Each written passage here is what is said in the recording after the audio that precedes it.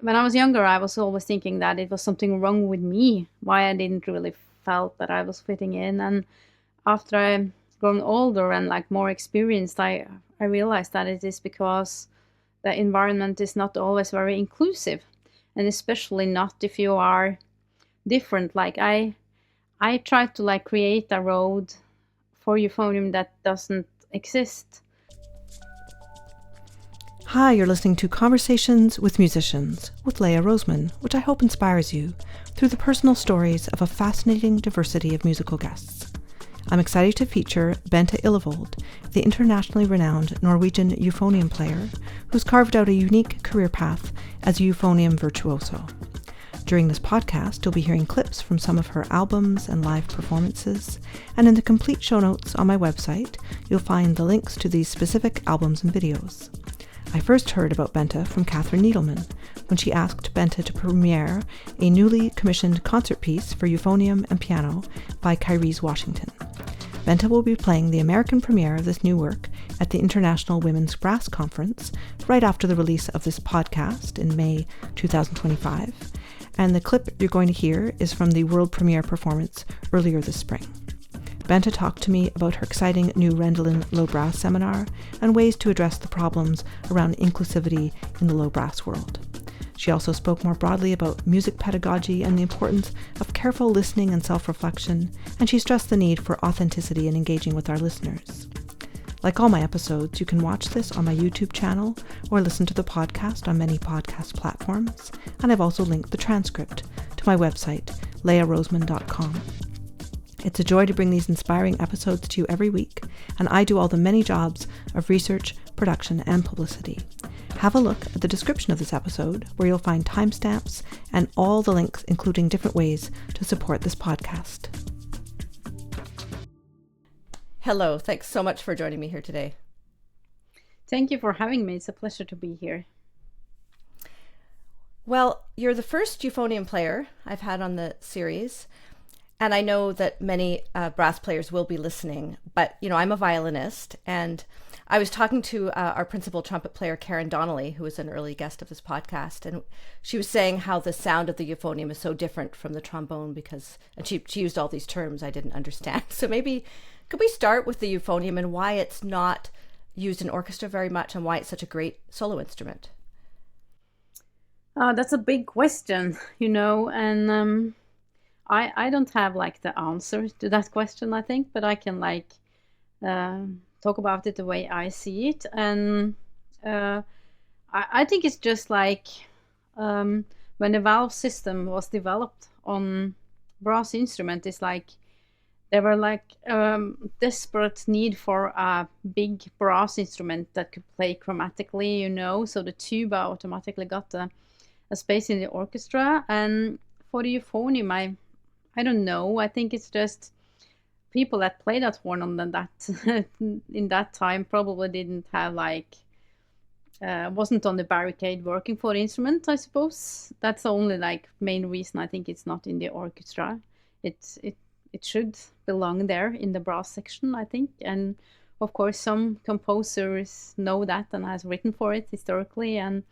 But I don't really have an answer to why it's not an orchestra instrument. It should be, but I think maybe this is the problem we are facing in the world of euphonium. I guess we'll come to that later in the podcast, but it's like we haven't really established us as an important instrument on the classical scene of music or the music scene in classical music, and that's a problem we are struggling with today. I think both when it comes to people acknowledging performers as great artists. We have some really world-class players around the globe on euphonium that I think is not any less so soloist than a big violinist or a big trumpet player, but still the euphonium struggle to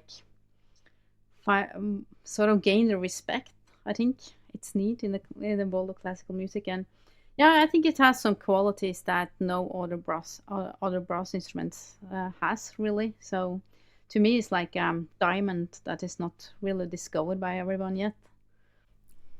Yeah, and you're certainly doing a lot to to further, the renown of the instrument.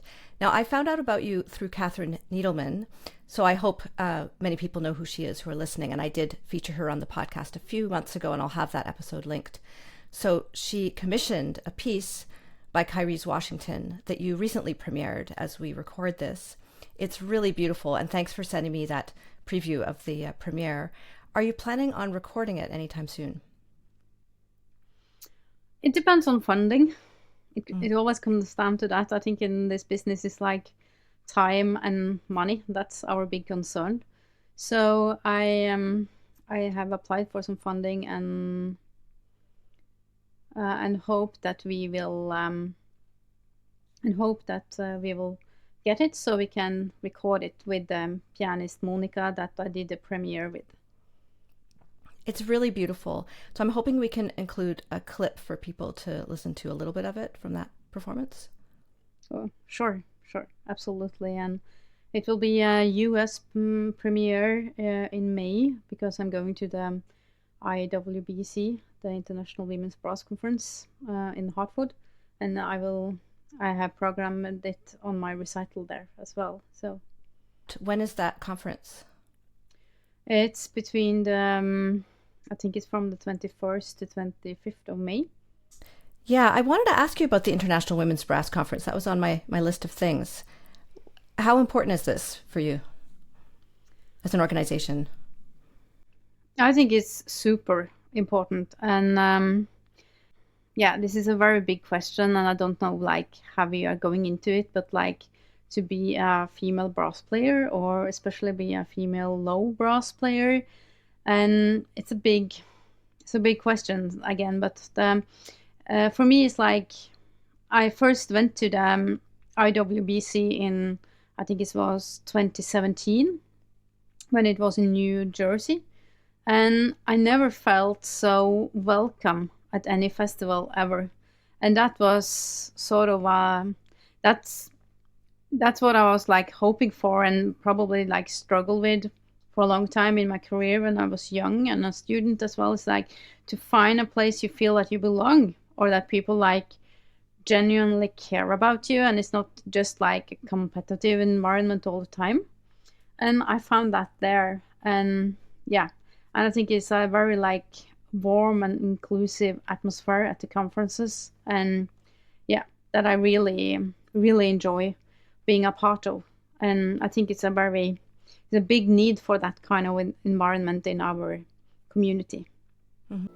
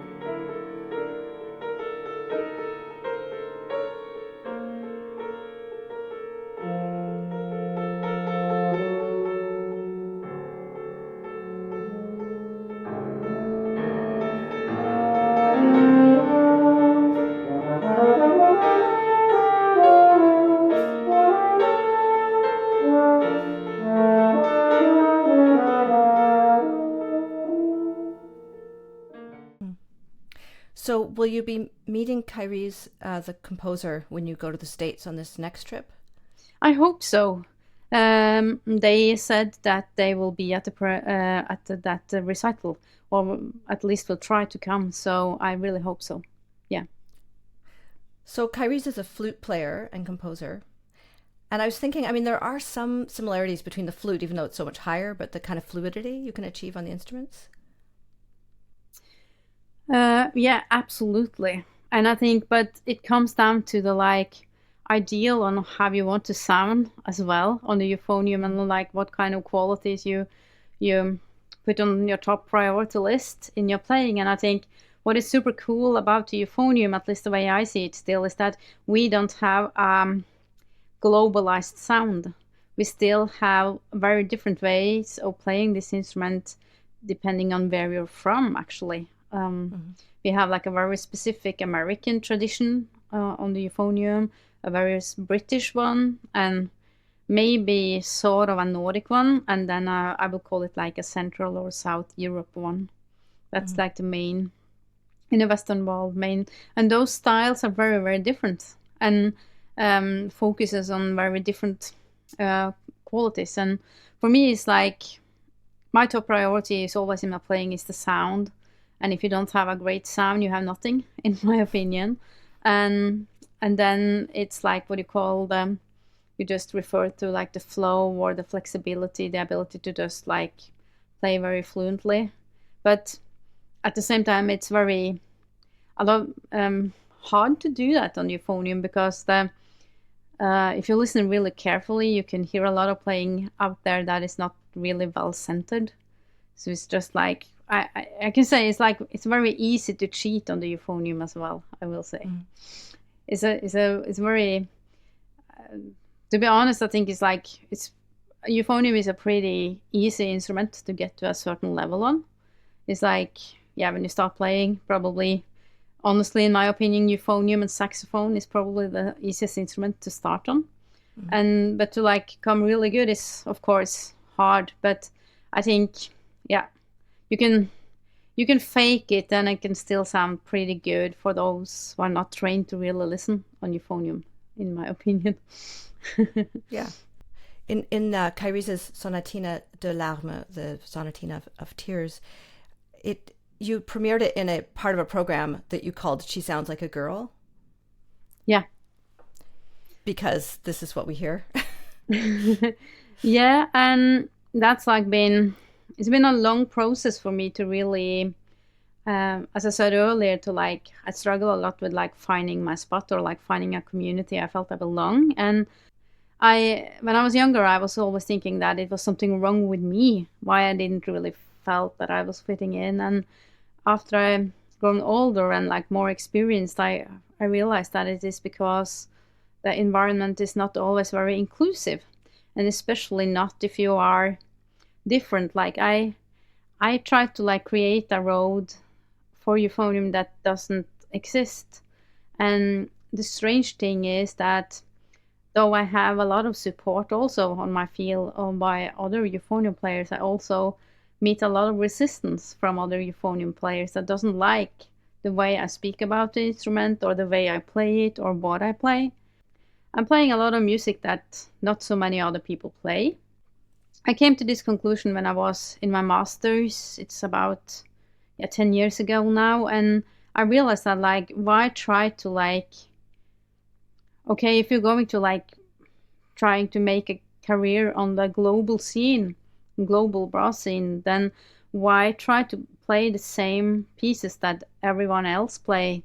And like, it all comes down to like taste or like it will be like, it's an impossible discussion to like talk about who's really the best, it will always come down to taste. It's like, who's the world's best violinist or a trumpet player? It's impossible to like decide, and it's the same with euphonium player. But then I decided like, I just want to like leave footprints that nobody else has left before.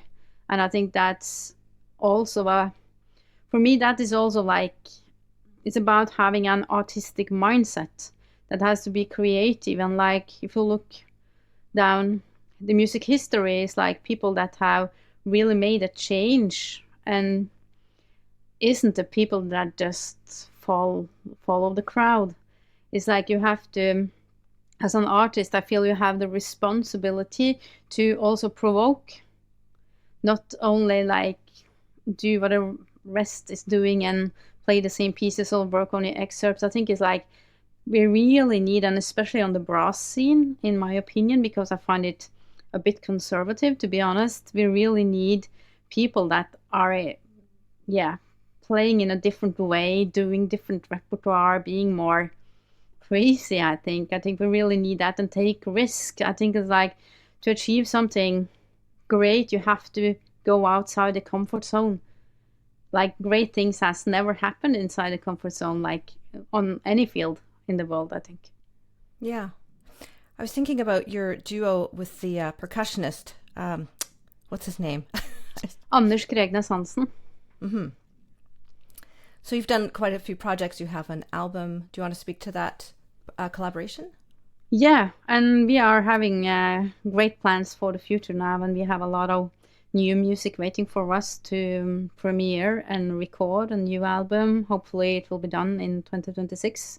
Both a lot of new pieces and record an album. And yeah, that is like, I really find that some of the qualities when I spoke about sound earlier is like to play with percussion is really, the euphonium can really shine there, and you can really be challenged as an artist to try to blend with all the different percussion sounds. And you have this enormous palettes of sound that you can create, and that is like, I really enjoy that. And it's like really, it takes a lot for me, and it's really hard. Anders is a really good musician, and it's I really need to be on top of my game to do that, and I really enjoy those challenges. Playing with him, and trying to make some.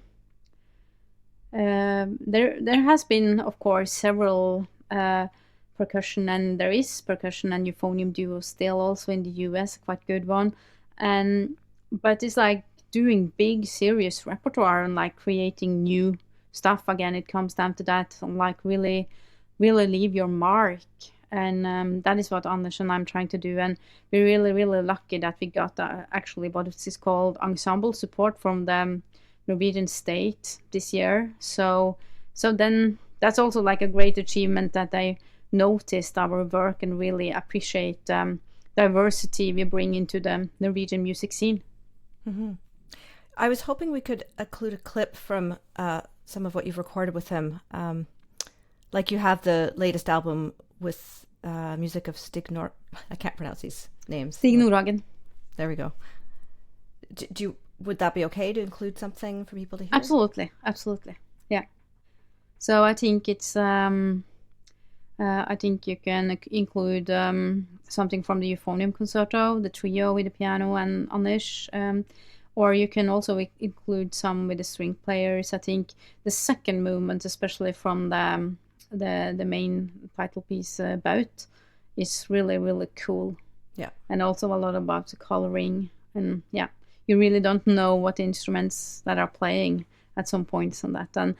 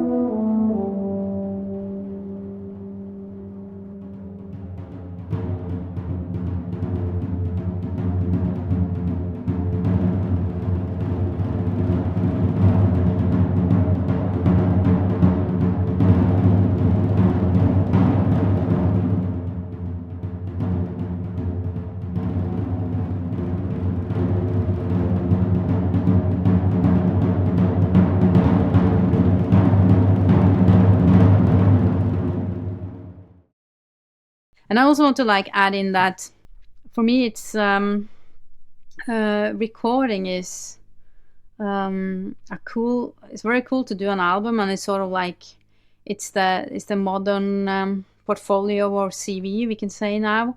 It's like your album, that's really like your statement, but at the same time it's like we all know that albums are fake.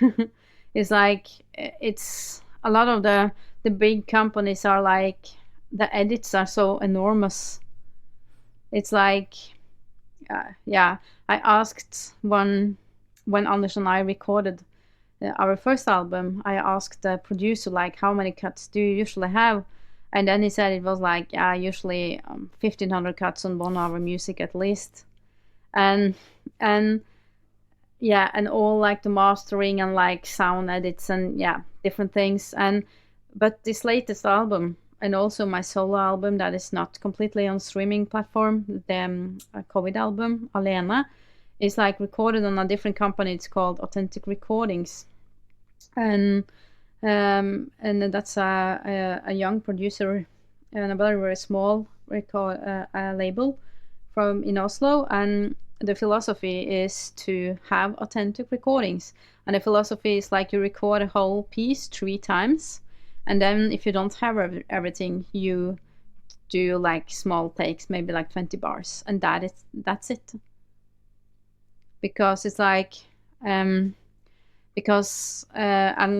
I think at some point you will enjoy that because you get a feeling of the intensity that you really have if it was a concert, and you still have the possibility to get everything pretty right. But it's not like fixed, because, and I think it's like we are so trained now, we are expecting perfection, but I'm not sure if I like that recording perfection is really art. It's fascinating and sort of entertaining, but I'm not sure if it's the art. And like if everything is going to be that way, I think we will like the live concert and the live experience of being together as humans will disappear gradually. And we really really need that in the world, and how everything is developing now. I find that like like I ask myself constantly, like, how did we come to this, this point of everything in the global situation politically and everything where we are now? And I find that the reason is because we don't meet each other, we don't talk to each other, we don't experience things together as a big community anymore. It's like all individual by your own, watching your phone or watching something on your TV instead of like actually being present with other people talking or experience things. And I don't know how it's like other places in the world, but after COVID, still concert scenes or like orchestras struggle to get audience here in Norway. So it's like it's still hard because people have like just gone into their own, like zoomed into their own lives. And I think that's, we need to like leave the phone at home and go out and be together and be present. And I think also to be an artist is like completely necessary to be connected to the society you're a part of. I think as an artist you are obligated to like have an opinion on what's going on around you, because art has always been a reflection on the society in the present time. And if you don't leave that behind, if you just like try to look good on a video or sound good on something that is recorded 1,000 times and edit, it's like it's not the same. Yeah, I agree with you. We are losing humanity, sort of. Yeah, in the arts. Yeah. I do get the feeling where I am in Canada, I mean, the audiences that have come back are maybe different than before, but there's a hunger to be together and experience things live. So hopefully elsewhere, especially if people can get new and younger audiences in the halls, that's a way forward, I think. I hope you're right. Yeah. I hear these trends, they were really starting before the pandemic with all the online behavior, like movie theaters, who goes to movies? Like very few people anymore. Used to be such a thing. So yeah, I think it is a challenge for all the performing arts. And I guess visual art, I mean, even like going to galleries, people go when they're tourists, I think. They visit a place or they go to a famous gallery, but in their own city, maybe not so many people. go and experience art that way. What do you think? Yeah, and I think it's like I often hear people say they like struggle to relax or like get some time to rest, but I think it's like to do that you need to like just don't stay at home and watch your phone. You need to like be out there and like have your brain focus on something else. I think that is important. I'm not saying I'm super good at it myself, but it's like I see the need of being with people and having conversations with people instead of just living off social media. Yeah, I have like a huge presence on social media myself, but I get asked a lot about that because people seems to think that since I am present on social media, I also spend a lot of time on social media, but that is like very, very different, two very different things. So I use it for work, but I still try to make it real. I think it's like it's also a part of the problem also for the younger generation students. They are getting like unrealistic thoughts on how it is. It's like it's not glamorous. I'm not living a glamorous life to be, even if I'm a euphonium player traveling a lot around doing a lot of stuff. It's like my life is not glamorous. I don't think it will ever be for a euphonium player. Honestly, not in my lifetime, at least. Maybe I can do something that will help that in 100 years somebody can be a real true rock star on the euphonium. But it's like to create that illusion that your life is glam as a like world star is like, yeah, I don't like that approach to social media. I think it should be real, and yeah, I think that will be.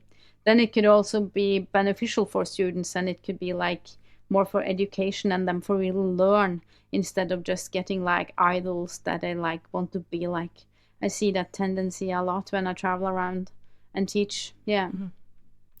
I enjoyed watching a couple of your online masterclasses you did from your own studio where you presented fundamentals. And, you know, as a violinist, I found it interesting. So I wanted to ask you about some of that. And I was thinking, oh yeah, you talked about how students need to have the patience for listening for themselves and focusing on excellence in the basics. So I also wanted to ask you about your training and your path early on too. Yeah, I started very late, at least in the Norwegian perspective. I started playing piano when I was really young, and then I started playing the trumpet in the school band. Wasn't really good, so I switched to euphonium when I was around 15. And I'm born and raised in a very, very small town. Well, not really a town, but more of a county in the middle of nowhere, I will say. So it was very far from any city and any professional ensemble of any kind. So I grew up. The music I heard live was basically folk music and band on a not so very high level, very low level where I came from. And so I didn't really have anything to, and this was of course before YouTube and everything, you know, so I didn't have the access to listen to excellence. So I had to work very hard. I don't know about Canada, but I know about US education system is very, very different than in Norway. And in Norway it's very hard, at least, and still for some instruments very hard to get into school. You need to have really high level. Everything is based as a conservatory, not as a college. So the music education here. So we're going into performance bachelor degree. It's very, very hard.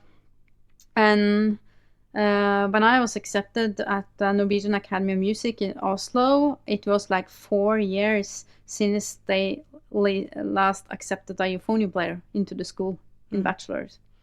And I had to like audition 3 times to get in, 3 years. So I was like 21, I think, when I started my bachelor. And I had to work super hard because I didn't have the training in young age. And when I started, it was like my teacher put me on the fundamental school. And like it was super, super hard because I had to do mostly basic and fundamentals. I practiced probably 3-4 hours a day. that's sort of the limit you can do on a brass instrument, I feel, or and maybe someone can do more, but for me it's always been a limit around that time to don't get any fatigue that will stick. Mostly on fundamentals, I almost didn't play any repertoire for those first 2 years. It was super hard because all my friends that were students as well, they played a lot of solos, and I didn't have anything ready when we were going to have master classes and stuff. But looking back, it was really good.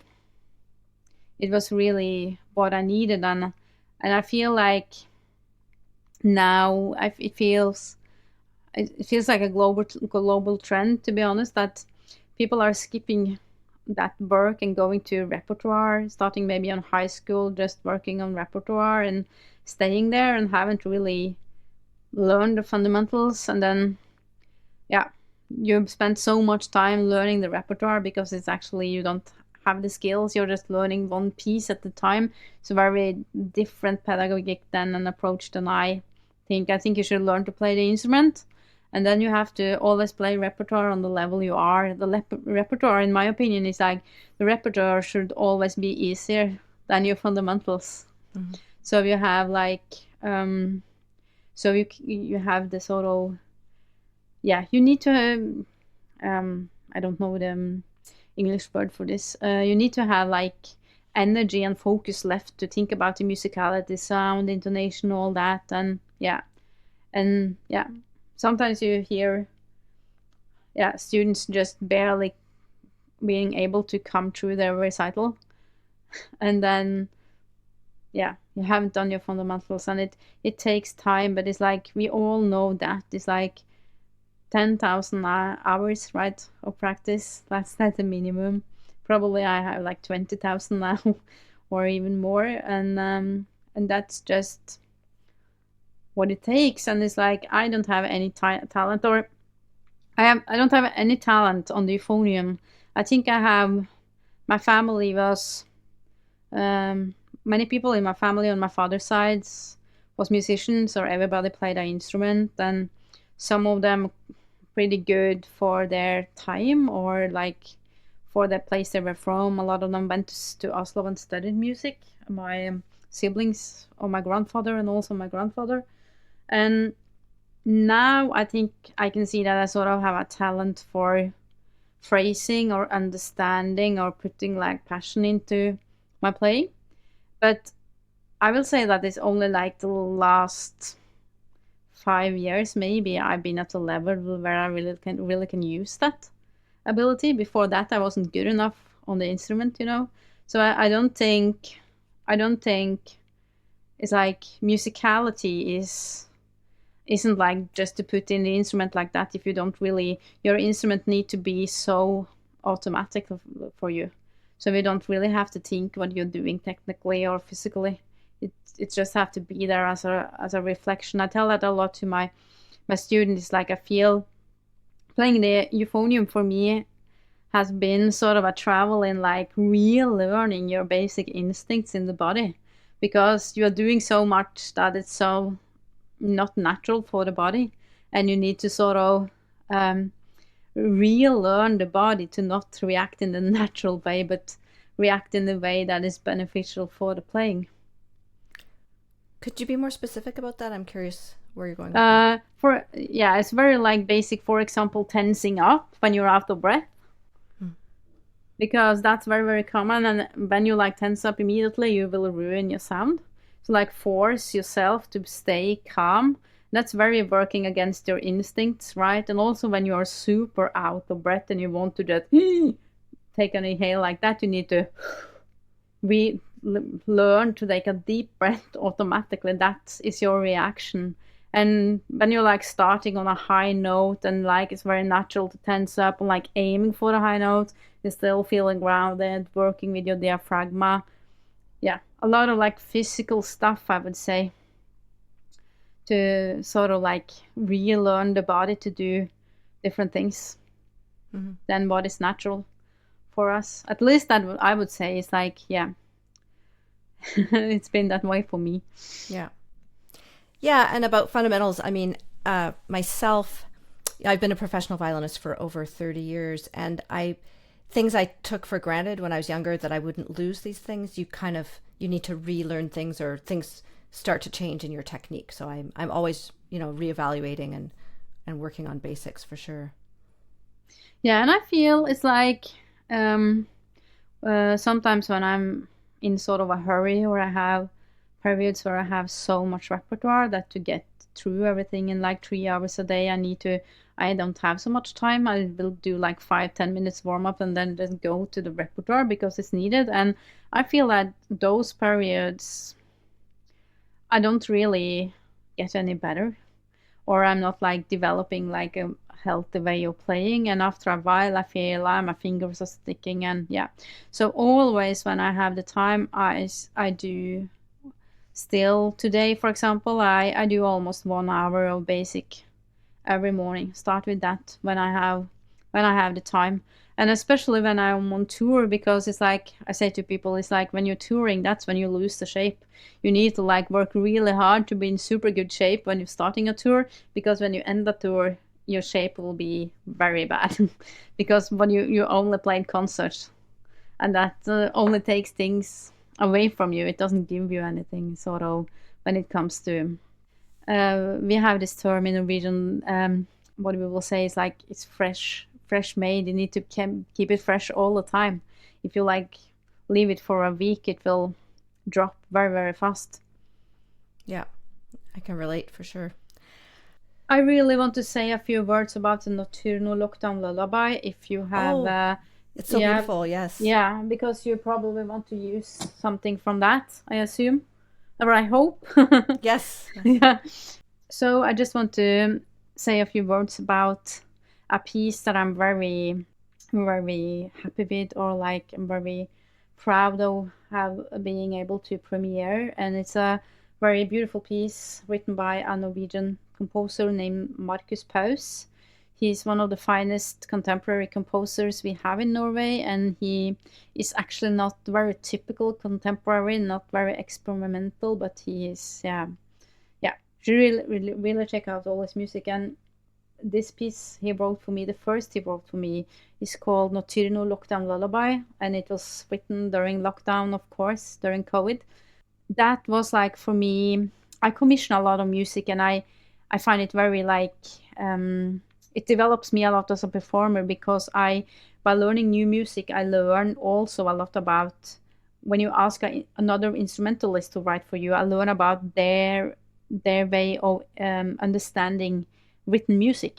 For example, I got music written from a clarinetist or a Kyrese as a flutist or a percussionist. It's like their way of notating the music, and like their way of like understanding how it's written. It's very, very different from the different traditions of instruments. But Markus is a composer, and he was a guitar player. I think he played mostly like electric guitar.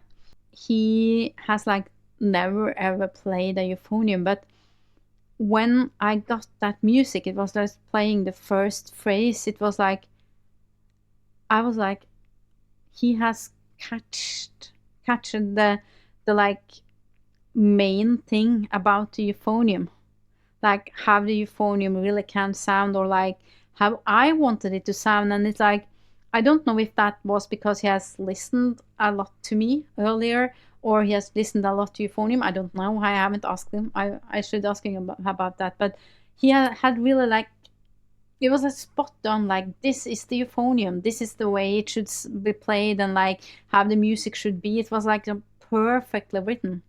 And it's like, I enjoy challenges in new repertoire, and I want to like expand the borders. I want to like go into new land, breaking new ground, of course. But sometimes I get new pieces that I feel the composer hasn't written for me, or hasn't written for my instrument, has just written. You know what I mean? And when I commission, and in Norway we have, the composer has pretty good arrangements here in Norway, so I can apply for state funding for the composer. They get a lot of money, and I have to apply or will probably don't get so much money to perform it or learn it. So it's very, very different. And we probably spend as much time as the composer. I will probably spend that many hours to learn it sometimes, and they got a lot of money and I ending up just getting paid for a concert. So, but that's the way it is. And then you feel sometimes I feel at least that they should like learn about me, and they should like pay any interest about the way I sound, the way I like to play the euphonium. And I don't know if Marcus did that, but it was like, for me, it's like school example on how to write for euphonium, like how to understand an instrument, like the craftsmanship of composing, I guess. It's like, yeah, and it's so beautiful, and you can hear it because it fits the instrument, and it's like, yeah, you can hear he had the euphonium in his head when he wrote it. And I think that's good composing, and we need more quality music of that kind for the euphonium, because we are getting a lot of repertoire for euphonium. We have so much repertoire, and I think like the euphonium is maybe one of the compared to like other brass instruments, I have a feeling that we commission a lot now, and we are expanding the repertoire so much. I don't necessarily feel that everything is of great quality, but this one is for sure. Well, thanks for that. This live performance of Lockdown Lullaby is on Bente's YouTube channel. The video is linked in the complete show notes on my website. And Bente also recorded this piece on her first album, which you'll find linked as well.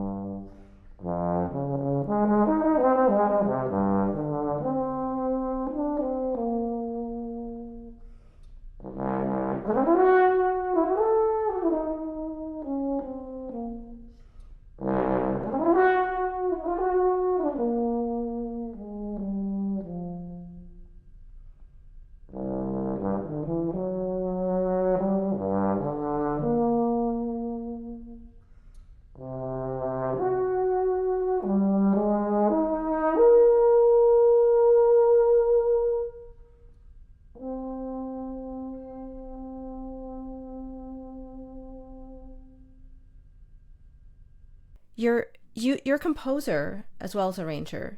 Yeah, no, I have written some piece, but you have to buy that album, I think, Alena. And there is my first piece called Arve. But it's like I say, I don't want to like refer to myself necessarily as a composer, because I'm not like a trained composer. And the thing is, like, I have no intention to be that as well, because, you know, on the euphonium, I'm so trained, and especially from those years we talked about doing the fundamentals, and I still do it. I'm very, very trained on the euphonium, and sort of I try to like take away every like bug in my playing, you know, the classical tradition, try to like smooth everything out and like sort of camouflage your faults or what you're not so good at. But what that does to your playing, I think, is that it takes away the spontaneous expression, or like the natural, maybe kind of a raw expression that I try to come back to now. I want to play more. I don't want to be so like well shaped. I don't consider myself to be like, as a euphonium player, you're not like a classical musician in the way a violinist are, you know, because we don't have the repertoire, we don't have the knowledge, you haven't played that amount of music from the classical music history, because it doesn't exist. That repertoire doesn't exist for us. So then you have to like steal it or borrow it or transcribe it to play it. And I've done that, and I find that especially, and the thing is, like, historically, it's common to play a lot of Baroque music on euphonium, some sonatas and stuff. But that's like sort of I would say more people will probably like don't agree with me on this, but I will say like that's a very like easy style to get into. It doesn't really take so much deep musicality. Like for me, it's like the romantic repertoire that really show for me if you are a classical musician or not, to play some songs, lieder, or I done the Rococo variation, even though that's in an older style, you still play it very romantically. It's played very romantically. So like that school is like very necessary to be a classical musician. But even if I listen a lot to orchestra musician, it's like I don't know the repertoire the way you know it when you played it for as youth 30 years. So I usually don't identify so much as a classical musician, and often when I talk to people, I feel like I have more the same way of seeing things like jazz musicians. I have like more mindset like them. And when it comes to like composing, again, sorry, I'm getting out of the going in different directions, but for the composing, like I wanted that to be just me. I don't want a teacher to come and tell me how I'm going to compose. Mm-hmm. I just want it to be spontaneous. I don't want to learn about everything I do wrong, because that will just have to be my music. Because that's why I compose, is because I want to. This is what I think this is nice. It doesn't have to be in a style, and I'm definitely not writing contemporary music. I'm just writing music I felt that I wanted to do in the moment. I enjoyed your November Frost for tuba euphonium quartet. I heard that on YouTube. Yeah, thank you. Yeah, and that was like something I wrote. Probably it took me 20 minutes, because it was like this morning I woke up and it was November and we didn't have any snow yet, and it was so cold and it had been raining, and then everything was freezing. So it was like this big frost, and it was like iced around every leaves, on every like grass and everything. So it was very very nice landscape, and I felt I wanted to capture that feeling I had when I saw it outside in the forest, and that's what I tried. And for me, it's like I said, I started on the piano. So, and I didn't start on classical piano. I played like with chords. So that's what I still do. And example for that is like I have my grandfather's piano here in my house, and I can sit down on the piano and I can improvise. And I can't on a pretty okay level, and I can't do that on the euphonium. Really? And yeah, I mean that tells a lot about like what I'm talking about. As a classical trained musician, it takes away the spontaneous way of playing the horn. Yeah.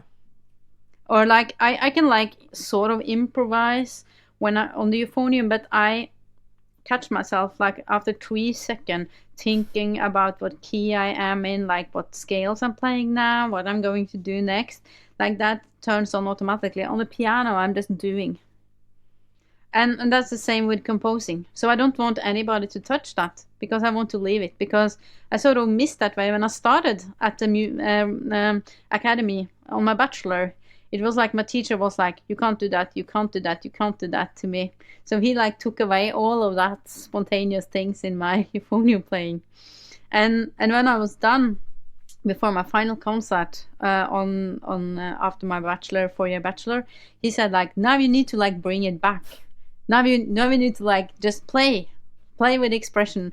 And it was so, and I spent 4 years taking it off, you know. So I think that is what classical training can do to you if you not like have a very, very smart teacher that can really like guide you wisely through this process. And it makes, and I see that a lot, and I have a lot of friends also that are developing some kind of, almost like getting scared of their instrument because they are so afraid of doing anything wrong. Yeah. And yeah, because and then we're back to like this perfection again, this illusion about the perfect thing. And I also think all this comes down to audition prepping as well, because everybody that like, I don't know if it's like this in Canada, but like the majority of people starting music education here in Norway in the performance degree wants to get in to any ensemble, like a military band or an orchestra. And the fact is, like, I think it's like 6 or 7% that actually get that kind of job. So it's like, what is the rest going to do? If only thing you know is the same rep, the same excerpts, and you're a bit scared of your instrument. It's like, it's going to be a rough life. So I think we need to like, in my perspective, need to like change music education. And I can't talk for any other instruments than my own, honestly, but I can see the tendency in the brass community in general that this is like a thing. It's not good. And I think maybe, I know I can talk a bit about the US because I know that college system since I've been there a lot touring and teaching, and I found that is better when it comes to this because there is more room for not being so conservative. I don't think the orchestra and the military bands are so dominating in the schools as they are here in Scandinavia or maybe in Europe in general. And I think the reason maybe is because in Europe we have very, very few full-time brass teachers. And in Norway, I only think we have like one horn professor that is full-time. And that is everything we have in the entire country. All the rest is like part-time. And that means the teachers at the schools are orchestra musicians, just working small positions in schools. And it's a good thing about that because your teacher is a very active performer and very into that. But on the other hand, it's like your teacher is not present at the school and your teachers are very focused on that only way of performing. And for me, that was a really breakthrough in my career when I realized that because up until maybe, I think it's about 10 years ago since I took the last audition in a military band in Norway. And then I was in the final round and I didn't get the job, but they told me I had the most musical audition. And then I was like, okay, but you didn't wanted the person with the most musical audition. And and then it was sort of I was starting to think like, okay, what is this business? And I also realized that I wasn't playing after my own standard. I was playing after somebody else's standard because I wanted somebody else to like my playing, because I wanted them to give me a job. And I honestly think that that moment was also the first time that I started to realize that it's not necessary about being the best. It's so many things that also, unfortunately, affects like how your career will be, or what kind of chances you will get. Sometimes it's not enough to be best because they know somebody or like somebody else is better as a person, and then it's like not something you can control.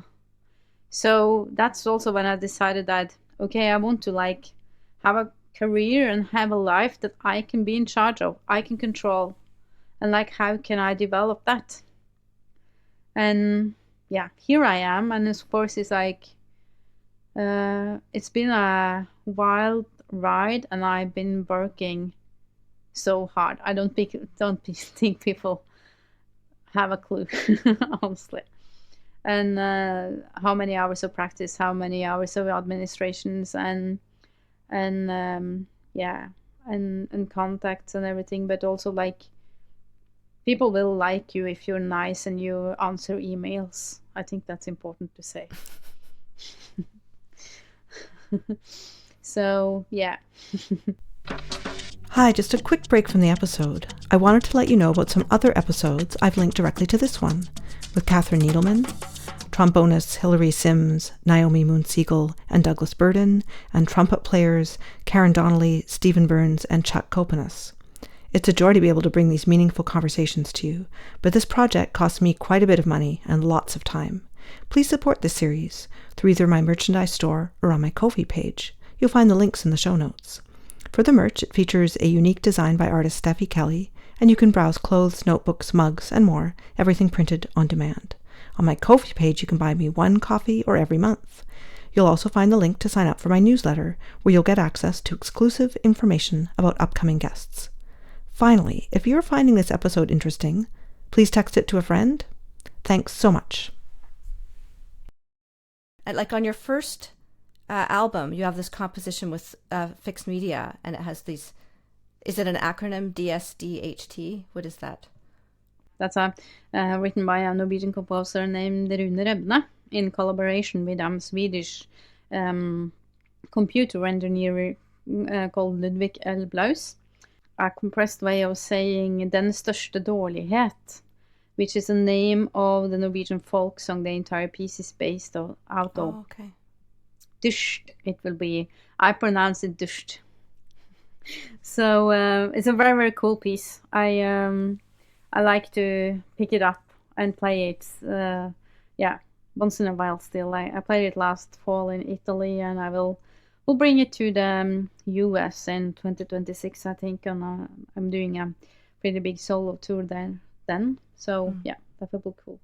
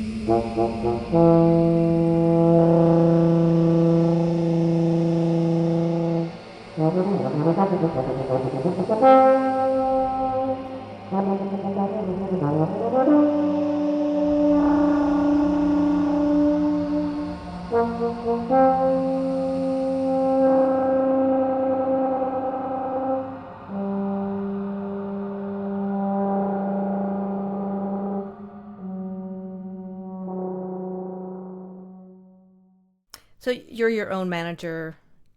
Yeah, I do everything. I have a manager in the US that helps me set up things there. That helps a lot, and especially also because even though I have this artist visa and stuff, it's still very hard for schools in US to like get an invoice for me or just do a wire transfer and stuff. So everything goes through a manager. That's so much easier there. So yeah, in Europe it's like very, very nice because the European Union, even Norway is not a member of the European Union, we have almost the same agreement with them. So you can like work and travel.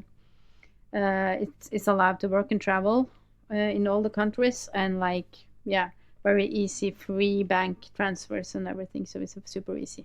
Mm-hmm. Yeah, it's very hard for Canadians because our country's so big, it's so expensive to travel within our country.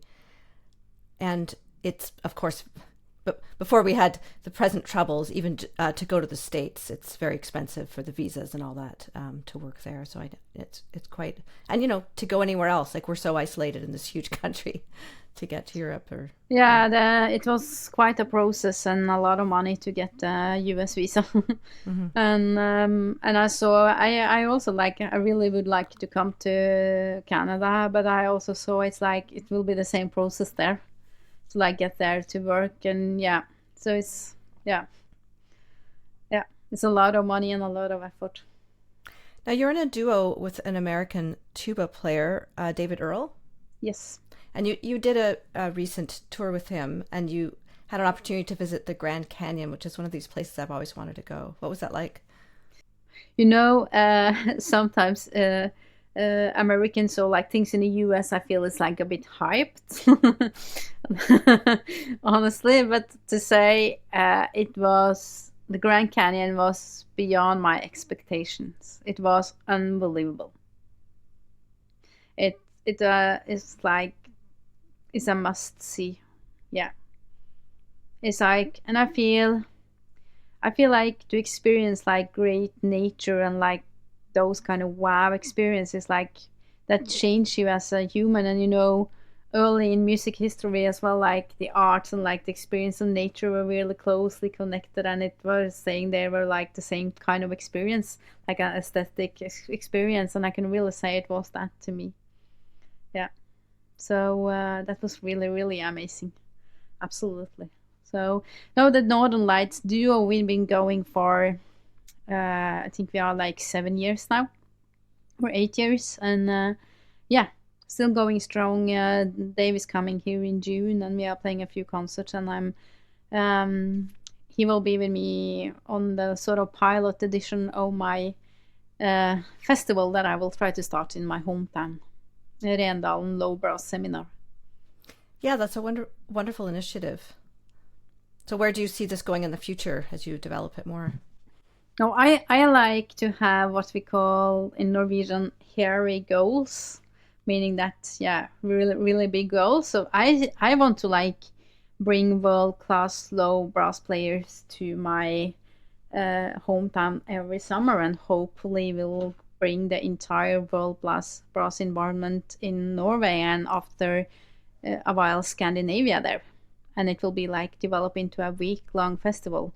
For now it will be like 2 concerts and 1 day with the seminar for the participants, but have to start small. And my goal, my plan was initially to start next year, but then like Dave had a possibility to come here, and then I said, okay, let's do it, let's just start it now, so we'll see how it goes. And yeah, so it's like a thing I'm planning to like continue doing every year until I retire. So we'll see. But not like, do you live in Oslo now, or you live in Rendalen? No, I live in Drammen. It's a small town outside Oslo, so about 35 minutes drive from Oslo, downtown Oslo. So basically Oslo, I would say. Yeah. So it's like, yeah, I don't know about Canadians, what is a long drive for you, but as Norwegian, we don't like to drive so long. So it's around 4 hours to Rendalen, where I grew up, and that's considered to be a long drive, very long drive in Norway. Yeah, not here. But I was just curious if it would have made more sense to me to do the seminar in Oslo just for transportation. Yeah, but this is my hometown. Like, as I said, it's a very, very small place. Now it lives like 1,800 people there. And I really have my heart there for this place. And this is like sort of, I want to like give something back. What can I do? Mm-hmm. I can sort of, what can I promote my help with? And the actual thing is, as well as, it's very, very beautiful in the summer. And it's very...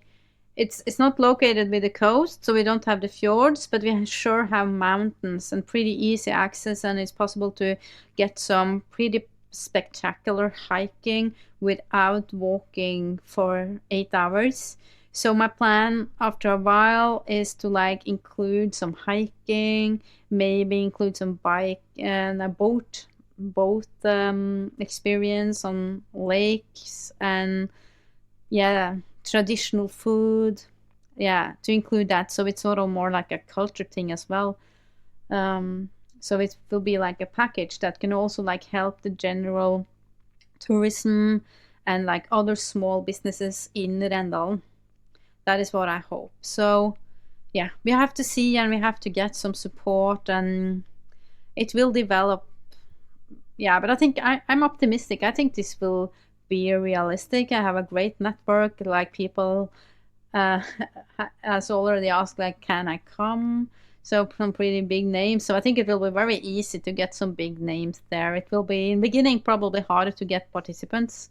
So, but we'll see. This will probably not be so big this summer, but you have to build it stone by stone, like as you have to do with your playing. I think it's like, and that is all often forgotten. Is like, if you want to like build something really good, not just playing, but if it's an ensemble or a festival or like a network or whatever, it's like you have to be committed, and it's like consistency is the key, and don't give up. It's like I often get asked by people like, what is the trick? Have you come to the place where you are? And the only answer I can say is like, I have not given up. I just worked hard over time and tried to be nice and honest. That's all. It's like, I just didn't give up. I have this very cool, this one. A winner is just a loser who tried one more time. Who says that? I don't see the author. George M. Moore Jr. I don't know who that is. Maybe you know. I don't, but I'm sure some listeners will. Yeah. But it's a very, very good one. I mean, if when you look back at 10 years ago when you didn't win that job you wanted, how your life would have been relatively boring compared to where it is now. Yeah. I'm very happy I didn't got that job. Do you want to talk to David? Is there like a duo clip we could include and point people towards? I have some things on my YouTube channel, a few things there, so you can just pick if you want something. I think I have an arrangement I made actually called the Norwegian folk tunes or something that is pretty good. This clip of a live performance of Norwegian folk tunes arranged by Bente is performed by the Northern Lights duo with David Earll. The video is linked in the full show notes on my website.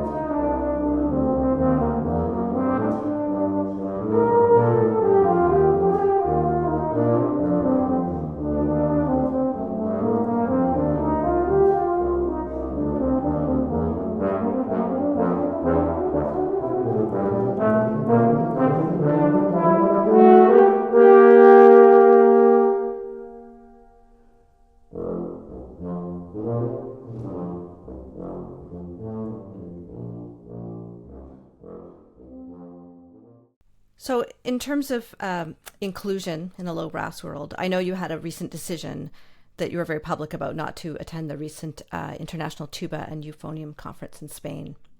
Yeah, and this is part of what I said earlier about about like I spend a lot of time on like figure out why I didn't fit in, and after a while I figured out it was because I was not included. And that is not included like people are saying you are not allowed to be here included, but just the feeling that, you know, if you go out with someone and have a drink or something, and then everybody's saying goodbye, and you get a feeling the rest of the group are just going to the next pub, and they just want to send you home, like that kind of exclusion.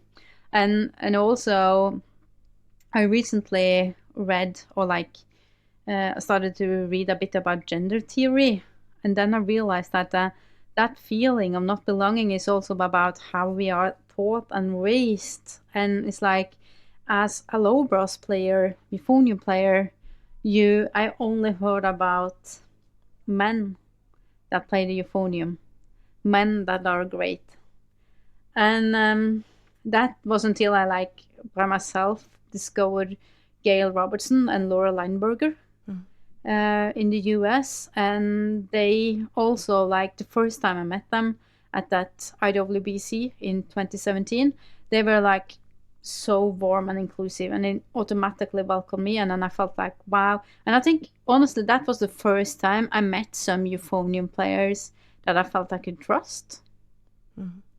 But about the conference, it's like over the last year, and you mentioned Katherine Needleman, and she's tried to bring awareness to some decisions being made by the ITEA, International Tuba Euphonium Association, and questioned some actions from the leadership in that organization.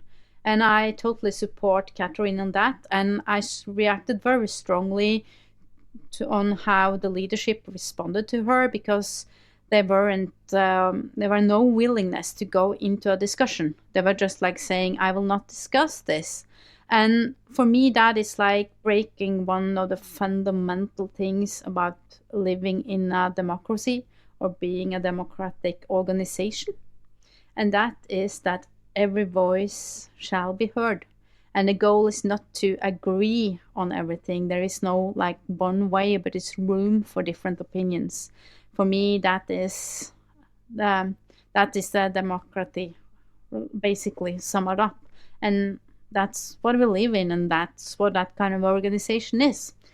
And I also was at a festival in Brazil in November.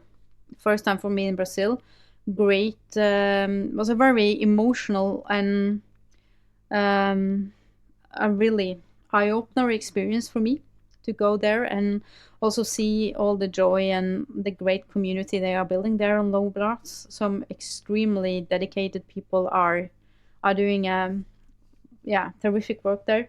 And then I also met up with some people from the leadership of the ITEA, and we're having like a big discussion with them. And then I realized that from my point of view, I didn't see any will to sort of from them to change, or like to admit that they maybe did a mistake. And I said to them that I will not come and contribute to anything before we get an apology, because earlier they were like saying that, for example, there came a public statement from the ITS saying that everything is really good when it comes to gender equality here in Norway, that we don't have any problem on the low brass scene. And being a low brass player female in Norway, having several low brass player friends female in Norway that has also stopped playing because of how things are, I found that very strange. And that either you are closing your eyes and don't want to admit it, or otherwise you don't really care, you're not really aware. So I don't know what's really the case. But anyway, I felt when I got got that question to go and play in Valencia, where everybody will be. I assume the entire tuba euphonium community except me will probably be there. When I saw the email, and I went to bed that night, and then I woke up at 2, and I was like immediately sure that my body just told me, you can't go. If you go there, you will not be able to look yourself in the mirror. It's like, it's more important for me to be true to my values than to than to go and play a big gig, because, and then I gotten some critique about it, like, yeah, why don't you just go and play awesome, and then they will like understand. But honestly, that's what all the generations before me have done, and and history has showed it doesn't work. It's not enough to just show up and play well. That doesn't change it. The men's club or the boys' clubs are still there, or whatever it is. It's not necessarily a gender thing. It's about power abuse and not leaving room to people that don't agree with you when it comes to performance practice or pedagogic. And that is like a shame, because that means that we are lacking that diversity. And what arts needs is diversity if you want to make progress. And especially for tuba euphonium, it's like we are like this tiny community, and people are obsessed about themselves and what they are doing, and it's very strange, because in reality it's like we should all focus on like getting our instrument out there to a bigger crowd. And yeah, every time I raised my voice and told that to the ITA, it's like they are only interested in just hosting their conferences and doing the same thing, instead of like, okay, maybe we should actually invite ourselves to go to a violin conference or something, to just, maybe we can like commission music to like, that will open some other possibilities for us, think very differently. I haven't like heard or seen any kind of initiative like that. And I think it's like, and I think the reason is because some people benefit from status quo. Some people benefits a lot, that things remains the same, and that is the people with power that have come to power now, and they don't want to change, because that will take something from them. They just want it to remain the same way. And I think this is also maybe a bit of a struggle we are facing in the low brass world also for women, is that the few women that has succeed has not always been very inclusive to new generations. And that is a problem. As I said, like Laura and Gail has been super inclusive to me, so I'm like very lucky, and I'm trying to be that to younger players as well, because I feel it's my responsibility. It's like Laura and Gail made it a bit easier for me, and I hopefully will make it a bit easier for the next generation. But still, it's like some people that have very high position in the brass community, females, are still don't want to like let go of their position. They seems like they want to be the only one, So that's also a big problem. And I think maybe this is what power does to you, and that is also what I really like about. I sometimes joke, especially when I go to the US and teach and play, because I don't have a doctorate, because it's not very common to have that in Europe, and I don't really have a job. So I usually tell them that I'm undereducated and I don't have a job. So because it's like, and that makes you also very free position, and you feel like you can speak up without risking anything. And I think that's a big problem, because people will not speak up. I have so many private conversations with people that are really upset about the situation, but they are not speaking up, because it will make their work situation much harder. Mm. And that's really a shame. But at least I felt I'm in a position where I can speak up, and I don't think it alone will change anything, but at least it was good for me to like say it, and it seemed that a lot of people noticed it. It got a lot of attention on social media. So yeah, we'll see. Maybe they will reach out to me at some point, and maybe they will do a public excuse that they put their words in a very unnecessary way, I will say. Yeah. Do you want to talk a little bit more about Katherine's commission from Kyrese for you to perform the new piece? Yeah, because that was also a piece that came together after, I would say, some very heavy interaction between Katherine Needleman and a great euphonium star, and a big disagreement. And they were planning to have like an online conversation that people could like pay to watch and listen to, and the money from that was fundraising for a new piece for euphonium and piano.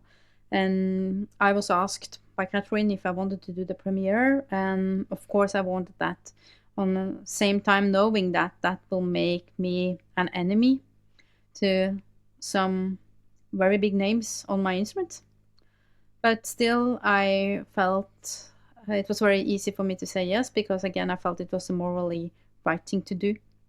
And also, I'm very interested in doing new music. And we got a really nice piece from Kyrese. They did a great job. So yeah, I'm looking forward to perform it again and hopefully record it. And I think it's written in a style that I think it's a bit new for the euphonium repertoire. So it's it's very sometimes very hard to get the right music and make it sound new, to like have some innovation in it. But I think Kyrese has managed that, and it will be. I'm looking forward also to follow Kyrese's career in the future, both as a flutist and a composer, and excited for what they will do. Yeah. We talked a little bit about teaching before, and you mentioned about over practicing and fundamentals, and certainly in your online masterclasses you go over specifics about embouchure, so people have probably seen that who are interested.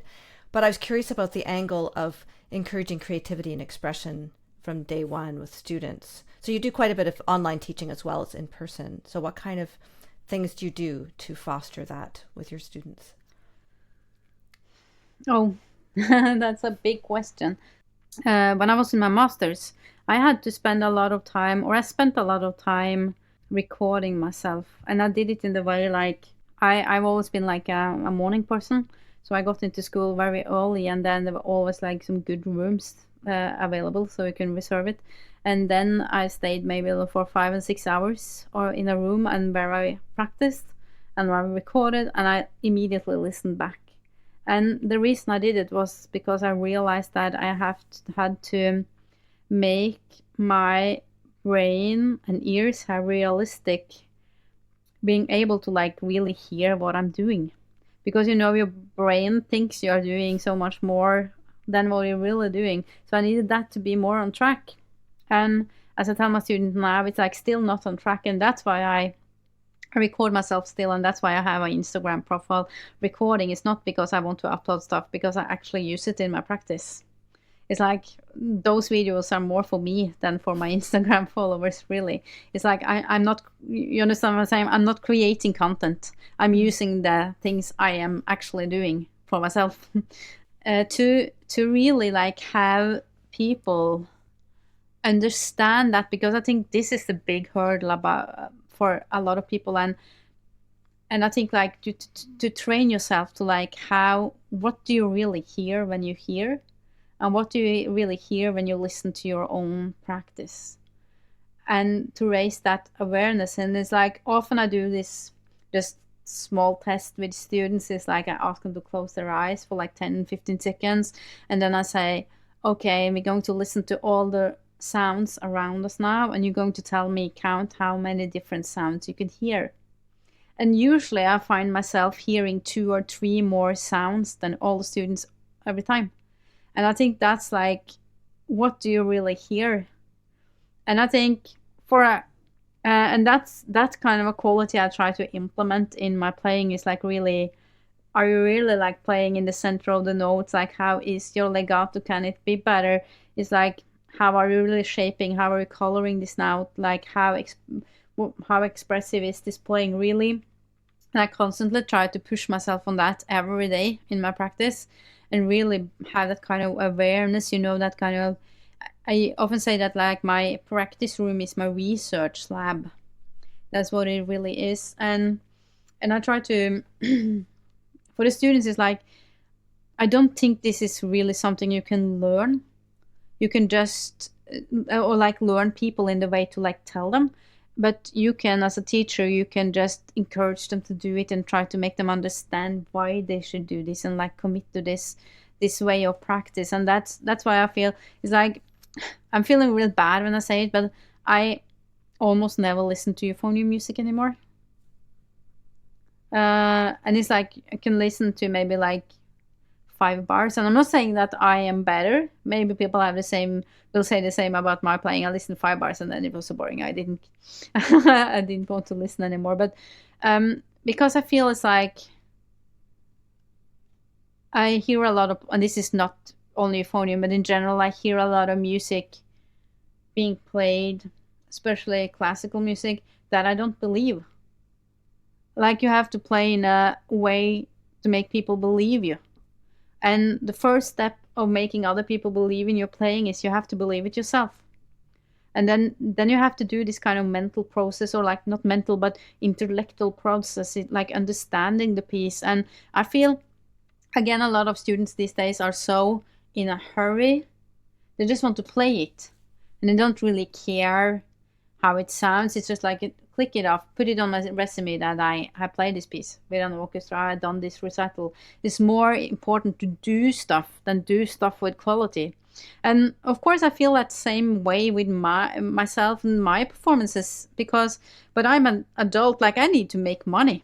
And sometimes have to do gigs to make money. And I wish, like, I'm thinking so many times, like, at least once a week, I'm thinking like, oh, when I was a student, like, and you had like one recital every 6 months, and you could like spend 6 months on a repertoire. And now I'm like, this last month I was playing like 2 big solo recital with 1 hour program, and it was only one piece that was the same. And it was like with 8 days between those recitals. And that's the reality. And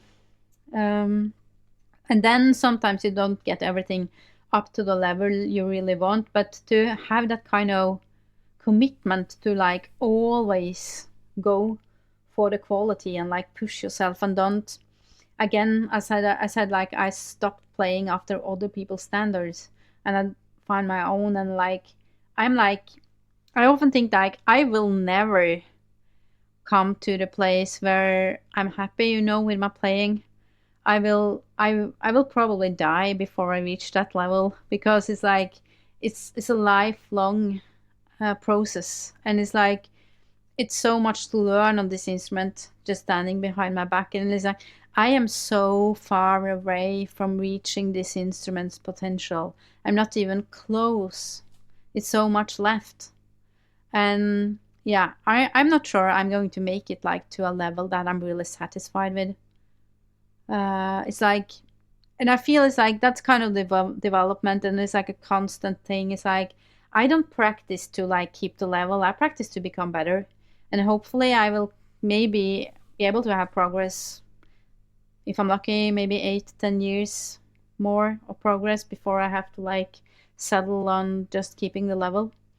And I think that's the drive, and that's the drive of being an artist. I think it's like, it's not like, historically you can say artist had very like unhappy life, but I think the goal is to, when you're done with your practice for the day, you leave it, and then you go on and have a life. And just separate those two things. I tell that to student a lot. You need to be very hard on yourself in the practice room, and that's rough. And I was so hard on myself in the practice room when I was a student, and I still am. And I still have the same process, like 2 weeks before, or 2 weeks before a big concert, I feel super confident. 1 week before a big concert, I'm doubting myself. I feel I haven't done the job. I like going through all those processes. Is my sound really okay? Is this good enough? Will people like it? It's the same thing. It will never go away. But that's the part of like being able to perform well. You need to have that kind of, if you're just saying to yourself like, I'm super happy, I'm good, then I don't think you will reach your full potential. You need to feel, it's like, no pain, no gain. That's simple. I'm curious, for your self-reflection, do you use like journaling? Do you write down ideas, or for planning or dreaming about things? Yeah, I have this and I don't think I could live without that book now. It's not like very detailed, but I write down stuff to get it out of my head, so I'm not stressed because I have to remember stuff. Because I realize that, so it can be like anything. It can be very like administrative, boring stuff, but it can also be like artistic ideas. And what I do very often is like I just use my phone, and whenever I come up with something on the euphonium or the piano or just with my voice, I immediately record it. So I have like a lot of like small 20-30 seconds of me singing or playing something that I might want to use in a piece in the future. So I take time to get those ideas out immediately. I recently, well, last year I wrote a euphonium concerto that I premiered with my hometown orchestra in Rendalen in last Christmas.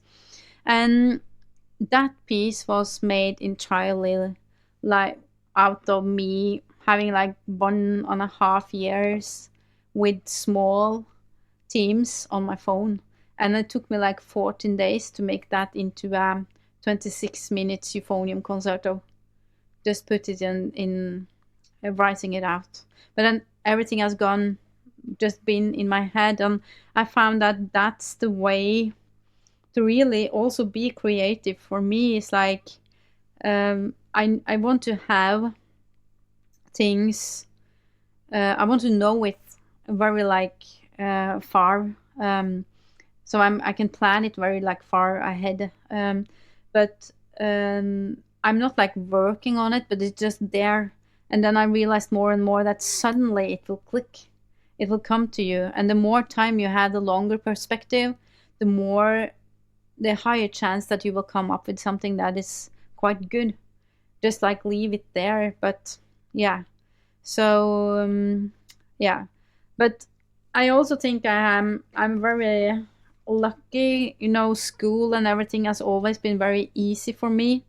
Like writing or speaking, not English but Norwegian, and I'm quite like quick to understand and learn stuff like theoretically. So and I think I'm like, and I have a very good short-term memory, so I survive a lot on that, and I try to stay pretty healthy. So when I'm working a lot, for example, I don't drink alcohol. I only try to do that only when I have time off. So in long periods I don't drink at all, and I very prioritize sleeping a lot and resting, and I try to exercise. I run. I'm not fast runner or anything. I like food, so I'm a bit overweight, so I don't run very fast, but I run almost every day because it's like good for mental capacity, but also I think it's crucial for me. Person of my size, playing the instrument I do is very physical demanding, so I need to be in a decent shape, and especially now I'm like 41 year old, and I need to like also do some strength training, and I need to do that in able to like play these instruments without getting any injuries. Yeah. Well, thanks so much for this today. Really appreciated this chance to sit down and talk to you. Thank you for having me. I hope you enjoyed this episode. Please share this with your friends and check out episodes you may have missed at learoseman.com. If you could buy me a coffee to support this series, that would be wonderful. I'm an independent podcaster, and I really do need the help of my listeners. All the links are in the show notes. The podcast theme music was written by Nick Cold. Have a wonderful week.